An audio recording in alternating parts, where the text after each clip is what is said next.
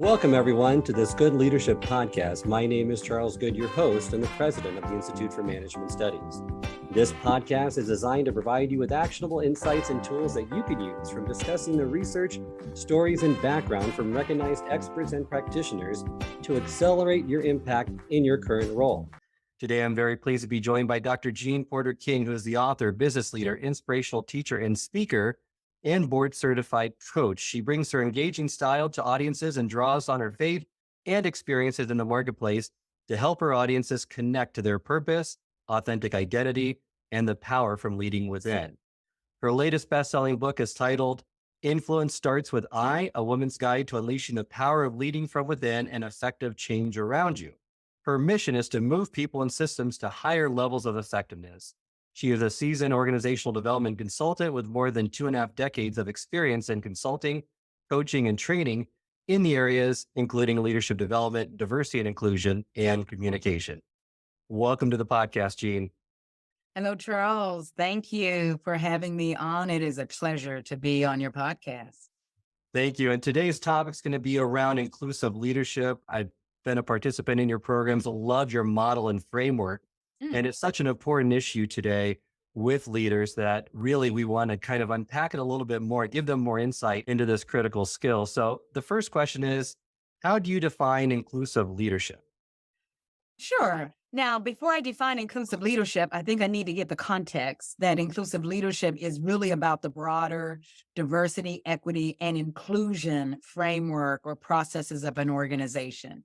So I always define diversity as the presence of employees and leaders from a variety of demographic backgrounds and experiences. And it's really about the fact of human difference that we show up in all of our array of differences. And organizations have created a culture in which that diversity is both respected and leveraged. Equity then becomes that fair treatment based on differing needs. And because people from different demographic backgrounds may have different support needs or, making sure that they have fair and equal access to opportunities. And then inclusion talks about the environment itself in which all employees can be welcomed, valued, supported, and able to contribute to their fullest. Therefore, because I do a lot of work with leadership and leaders, I define inclusive leadership then as that type of leadership that is necessary to attract, develop, and advance a diverse workforce. So again, we get in our diversity to create and sustain an equitable workplace culture in which employees feel valued, can fully utilize their talents, and have access to opportunities and experience a sense of belonging. So inclusive leadership is that leadership that is necessary for today's organizations that value diversity, aim for equity and inclusion. Thank you for that. And I'd like to just learn more about kind of your background and really what got you interested into developing this model and focusing on this critical leadership skill. I have been a career organizational development consultant since right out of graduate school, my master's program. My first degrees are in industrial and systems engineering, which surprises a number of people.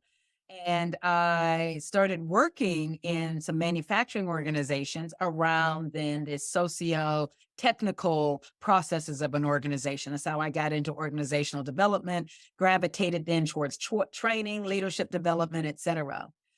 I noticed that as a Black woman, and at the time, a fairly young Black woman, I was in a lot of organizational cultures in which I was not the majority.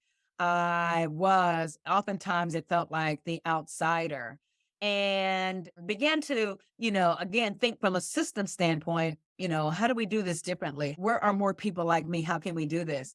And in one of my organizations, it was actually Mead Corporation at the time, they invited me to be a part of their corporate diversity initiative. And I remember gravitating toward it saying, wow, that's it. This is where I can make a big impact on this organization, clearly with my organizational development framework and tools, but knowing what it's like to be one of the outsiders can really make an impact.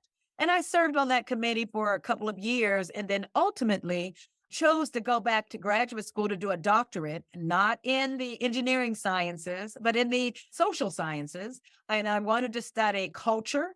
I wanted to get the tools that really help me refine diversity, equity, and inclusion and take it to another level. In those early days, there didn't seem like there were a lot of frameworks that we could use. And I wanted to find them and help create them. And that's how I got involved in then the DE&I effort at the level that I am now. Thank you. And I'm sure there's lots of data supporting the fact that inclusive organizations outperform less inclusive organizations on a number of metrics, right? There are. I'll highlight a few. There's a book, I have to just give credit to Korn Ferry, The Five Disciplines of Inclusive Leaders. One of the authors of their books, Andreas Tappe, is a colleague that I've worked with for some time. And in their book, they cite that diverse and inclusive organizations are 70% more likely to capture new markets, and that leads to higher growth.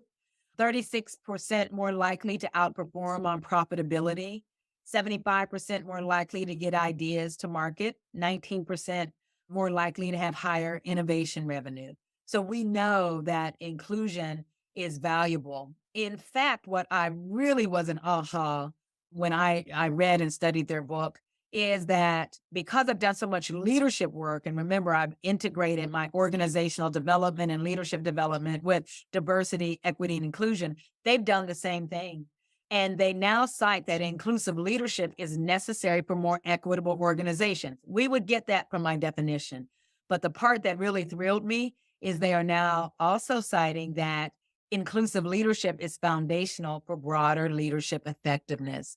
That many of us that do leadership development work and leadership effectiveness, we can look at trait theory, we can look at competencies and skills. We've studied and sliced and diced leadership in so many ways. They're now saying in this very multicultural milieu in which we now live and lead, inclusive leadership is foundational for broader leadership effectiveness. And I think we need to celebrate that. I would definitely agree with that. And that's so great to hear. And let's now get into some of those practical things that will build a more inclusive leader. Because all of us have blind spots, and we all have a number of heuristics or rules that our minds use to reflexively think about these perceptual processes. However, these rules, we go from selection to interpretation without much time for reflexive thinking. Why so often do we do this? Great, great. Now, for me, I talk about implicit bias. And it's because of the implicit associations that we make that become then heuristic and rules oriented. We fall on them almost on automatic pilot. And for me, because of, again, this communication and cultural background that I come from, what I recognize is there's a perceptual process that we each hold to. In my early communication courses, my doctorate ended up being in communication and culture. We help students recognize that our perceptual process is like a perceptual ladder. We select information from the broader context in which we're in, we organize it, and then we interpret it, and then we act upon it.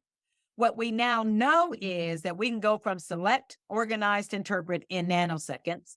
And what we select is informed by the broader culture that we're part of. So I often would tell people, especially back in my old engineering days, I'd walk into a large company-wide meeting and I'd look around and I'd look for other people who like me, either Black women, women of color, or Black men, men of color. I was looking, selecting. That's based on my cultural context of who I am and, looking for a like-minded. I'd organize and interpret, make some decisions. But your cultural context can be, again, the culture that you inherited that shaped you. It can be the broader popular culture. So the means and themes of society will often reinforce more stereotypes and cause us to select in a very narrow way, cause us to organize in stereotypic ways, cause us to interpret and enforce judgments in ways that are hurtful to other people, and then act in those ways. And so we talk about the mind reflexively going up that ladder instead of slowing down, reflecting. So even in those days when I was looking for other women and men who looked like me, my first thought could have been, well, this is not a very inclusive organization, or this is a gender biased organization. There's not a lot of women, or it's a racist organization because there aren't a lot of people of color here. Slowing down, knowing that I have an organizational development background, my thinking and slowing down was, they have great opportunity here to change. And then being invited, I may have influenced my way into being a part of the diversity committee because, again, organizations look for people who can help make a difference. And so that's one way to slow down that ladder, think about what I can contribute, and not totally fall for the memes and themes that come from, again, the broader culture. Does that make sense? That does make sense. And that's a great framework to follow. There's also a great book out titled Blindspot that explores these hidden biases that we all carry from a lifetime of exposure to cultural attitudes about age, gender, race, ethnicity, and the list goes on and on.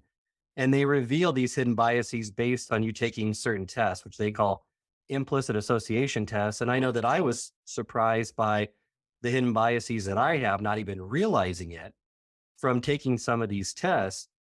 How can these tests help any individual uncover these hidden biases that they have just due to their exposure of in life of Yeah. Yeah. Good question. The book you're referring to is Blindspot, Hidden Biases of Good People. I think it was published in 2016. I've used it for quite a while. The authors are Dr. Mazarin Banaji and Dr. Anthony Greenwald, and they're social psychologists. Whereas I come out of communication and culture, they come out of social psychology. But in some ways, there's some alignment in how we saw these biases. They studied prejudice. People with social psychologists study prejudice and bias. And in the old days, my understanding as I read their book is researchers would just ask people, what are your biases about? And they'd name the group of people. Folks would tell them. And they recognized that it became less and less popular for people to name their biases about groups of people, especially specific groups of people. But they recognized that the prejudice in the broader culture or society as a whole hadn't gone down. The research was suggesting that people weren't naming these biases anymore, but the prejudice wasn't going down. So they wanted to develop a process that was more akin to what had people implicitly adopted. What were the attitudes, thoughts, and frameworks and mindsets that could reveal that those biases were still there? And so they developed the implicit associations test. And your listeners can take it at the harvard.implicit site. As a matter of fact, I've been using it for 20 years now, and they have lots of research gathered from those IATs or implicit associations tests. And they developed in this book kind of the chronology, how they came about developing, and they share so many great stories. So I would encourage those listeners that haven't gotten it to get that book. But some of the things they find is that almost 75% of people who have taken the race implicit associations test reveal an automatic white preference. That because, again, of these broader cultural means and things, they've internalized and made this association that white is good, Black is not. And 75% of people take some level of automatic white preference. It might be minor, it might be more intense. The interesting thing for me is that 33% of Blacks who've taken the test at the time they published this book, they do the same thing. And it says that we can internalize oppression. We can internalize racism because, again, it's about our thinking patterns, those automatic assumptions we make. In every culture, there's a stronger young equals good than old equals good. So there's this youth bias. And then there's often a gender bias, whether it's in science or whether it's in, again, other areas, but that men and women make a male equals science association. What I love, if you don't mind, if I can tell a short story, Dr. Greenwald shares that as he was testing, the algorithm, anyone who's taken the test, you use the E and the I, they're looking at reaction time. Because if you have some kind of implicit associations, you're going to kind of act on those associations. So they have a series of tests, you're making these comparisons, you're sorting, basically it's a sorting activity. And as he was testing it, he's doing his E and the I, he's looking at these groups. And at one point he says, oh, this is really working. And then it hits him about his own responses. And he's like, oh, this is really working. Because even in testing this out, it was revealing some of his implicit associations. Dr. Banaji tells in the book that she knows because so many of us can absorb messages, what I call means and themes from the broader culture. We can absorb it without thinking or examining our assumptions. She says what she did, at least at the time of the writing of this book, she would have in her screensaver that a rolling series of pictures of people from various cultures and backgrounds and abilities, et cetera, so that she is literally training her own associations to see all of this mosaic of people as positive and good. That's great. And, just to emphasize, when we allow our cognitive and perceptual shortcuts to go unchecked, we make incorrect assumptions about people. And that fits really into stereotyping as well. So if you could just kind of unpack how does stereotyping fit into this? And then maybe some of the stereotypes that we hold that we aren't even aware of in general categories. Fair enough. Fair enough. For me, the way I've come to understand it is when we, again, that perceptual ladder, we sort information, we gather information very, quickly from our broader culture, our environment. And mainly because our brain can take in a myriad of data points at any time, but our minds can't necessarily handle it. So we have these shortcuts that we, again, select things we're familiar with, or that culture creates a filter by which we select. But then when we go to organize it, I see stereotyping as an organizing function of the perceptions, that we have an interaction with a person or a group, or we bought into some messages from the broader culture or from media, and we then pigeonhole them into these categories. And the more rigid they are, we can then stereotype an individual from that category and attribute to them characteristics that we hold in the broader group. We've not examined our assumptions about that group. We go on automatic pilot about it, and it can be very insidious. And there's a number of them. One of the things I'd want your your listeners and leaders to hear is that in the workplace, this is often about two of the biases is this in-group and out-group. That very subtly, many of your leaders may have this implicit notion of who's in their in-group. It might be by race and gender or sexuality. It might be by age or ability, but it also might be as something as simple as region of the country or world another person has come from, or if they've gone to the same school that I have or have a similar degree. And we very subtly hold to these in-group and out-group characteristics that we are therefore beginning to stereotype people in these ways. And so we end up making decisions about recruitment based on these stereotypes that we've held on to.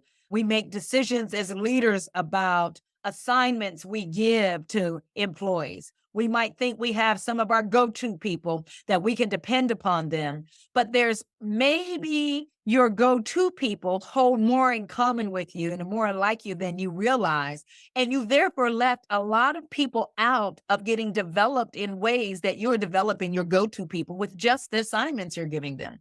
So some other ones that are broader about people's demographics, it might be body type. We often in some of our workshops talk about some people can draw conclusions about how disciplined or lazy a person is just based on their body size. And so we may judge a person's friendliness based on their height and even their shape. Very subtle ways that our broader culture has shaped how we look at other people. Another one might be accents. An individual's accent can lead to assumptions about a person's intelligence, competence, or educational level. One of my first DEI diversity groups that I worked with, I was working my way through my doctoral program. And I did consulting with a woman who was the owner of a consulting practice who brought a number of us on. And she was tall and stately, but she was from the UK. So she had this wonderful, in this case, Scottish accent. And she said she would check in here in America. She'd check in at the hotel, and the person who checked her in, she said more often than not, someone would say something about her accent. And one time, one young gentleman said, "Oh my goodness, you were just so smart." And she says, "Well, what did I say other than here's my American Express?" And it was her way of showing that there's some biases even around which accents are considered positive in this country and other accents that are not. There's others that we could share. Won't go into more, but they happen around race, gender, sexuality, ability or disability, family status, you name them. And we've got to explore all of those categories when it comes to the people in our teams and our departments to make sure we're not attributing certain characteristics to them based on stereotyping. That's great insight. I want to leave enough time to unpack your model, which is a great model for mitigating implicit bias, which you call the 3R strategy. And the first phase of that is to recognize or become aware of the assumptions that you're holding, correct? That's exactly right. Because at any time, any of us can make these shortcuts in our, we've just done it for so long, we forget about it. It's like, where do you drop your keys when you walk into the house? And it's just habit. So, what do you buy into? And it's just habit. Make assumptions, the stereotypes, you name it. So we become aware of it when we recognize that we've done it. And we have to do that in number one, becoming aware of the assumptions that we make, especially as it relates to those people biases, especially those in-group, out-group biases that I talked about. And what you want to do is take note of any unintended outcomes you might have by something you said or did. You may make a comment and it looks like a person may have shirked back a little, maybe been a little offended. You want to pay attention to those unintended outcomes. Or as I said, with your tendency to go to your go-to people, the people who look like you or from your background, the unintended outcome is that you're also not developing people who are different. The other way that you come to recognize these biases is when you get feedback, that someone on the team or in the department or a colleague gives you feedback that what you said may not have been the most helpful or may have been stereotypic or may have been biased. You want to be able to hear and receive the feedback and learn that you can gain insight from others. So the first is recognize. And that's difficult. And the second phase is equally difficult, perhaps more difficult for me, because I find that I'm more reflexive in reacting to something impulsively than I am reflective and slowing down to stop that automatic process from continuing. What are some tips that you can provide our listeners for this phase? Yes. First is carve out time to reflect on your day, your week, and pay attention to the feedback people have given you, or again, those unintended outcomes or consequences that you've seen. So I say you got to slow down the automatic process. Resist scurrying up the ladder from select, organize to interpret. Slow it down and pay attention to what you select. Pay attention to who you're attending to. Pay attention to who's speaking in meetings. Pay attention, right? And then uncouple stereotypes that you become aware of. You've been given feedback that you tend not to call on any women, or when a woman is interrupted in our team, you don't go back to get their insight. What linking have you done? What stereotype have you bought into about the women on your team? Uncouple that stereotype. Unpack the assumptions related to people who are in my group. I've assumed that they're wiser, they're more go-getters. I perhaps have unconsciously or implicitly assumed people that are not part of my group membership, they're not as much go-getters, and therefore I don't have to give them as many opportunities. The key is reflect on it and then shift your perspective to think about the situation from the other person's vantage point. What I'll often coach leaders to do is carve out, if they're working with me as a coach, we typically in leadership and executive coaching have twice a month that we meet for an hour, and I then coach them after they're finished is, where will you carve out time to think about your thinking and do some of your own coaching? Is it weekly? Is it monthly? Some people need daily to carve out 30 minutes a day at the beginning or at the end or at lunchtime to do this reflection. But that's how you slow down the automatic process from scurrying up that ladder. Great. The third and final phase is to remedy these biases by implementing strategies to foster unbiased decisions. Could you provide our listeners some practical tools and tips? I know you provide a lot within your program to really help them mitigate some of these biases. You have to. So again, the first thing is personal remedies, personal changes, personal things that you can do as a leader or that I can do as a leader. And it might mean taking some additional implicit associations tests. Begin to find out where your blind spots are. work with some people in your team to get to know them better from a cultural standpoint, have some more informal conversation. So do some personal read. I read a lot of literature from authors of different cultures than my own. There's on PBS or Netflix a number of great cultural documentaries. Do that. There's on PBS or Netflix a number of great cultural documentaries. Do that to learn the personal learning.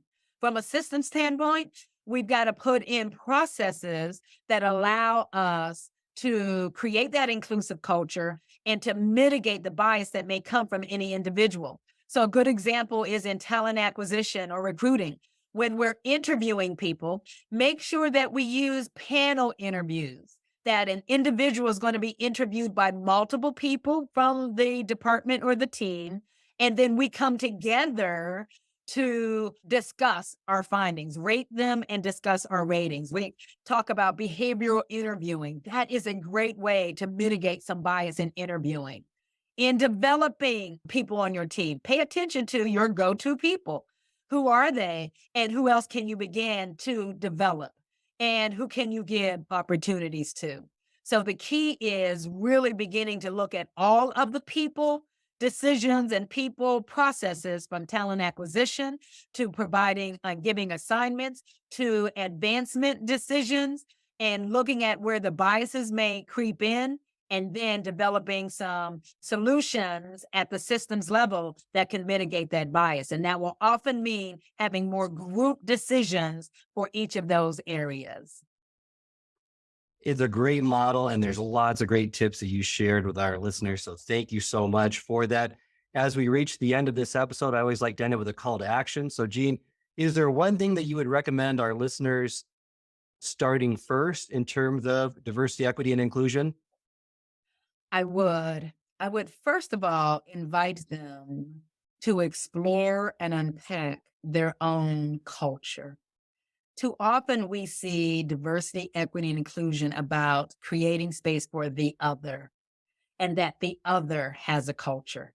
But the reality is we all hail from a culture, and the more insightful and intentional and reflective we can be, we then can have some insight in another person's culture and accept the differences and commonalities that we have. So diversity really is about accepting the differences and commonalities and not judging them. So the way we can begin to do that is becoming more self-aware and self-reflective of our own culture, and then applying some of that learning as we listen and learn openly to people from other cultures. So that's one.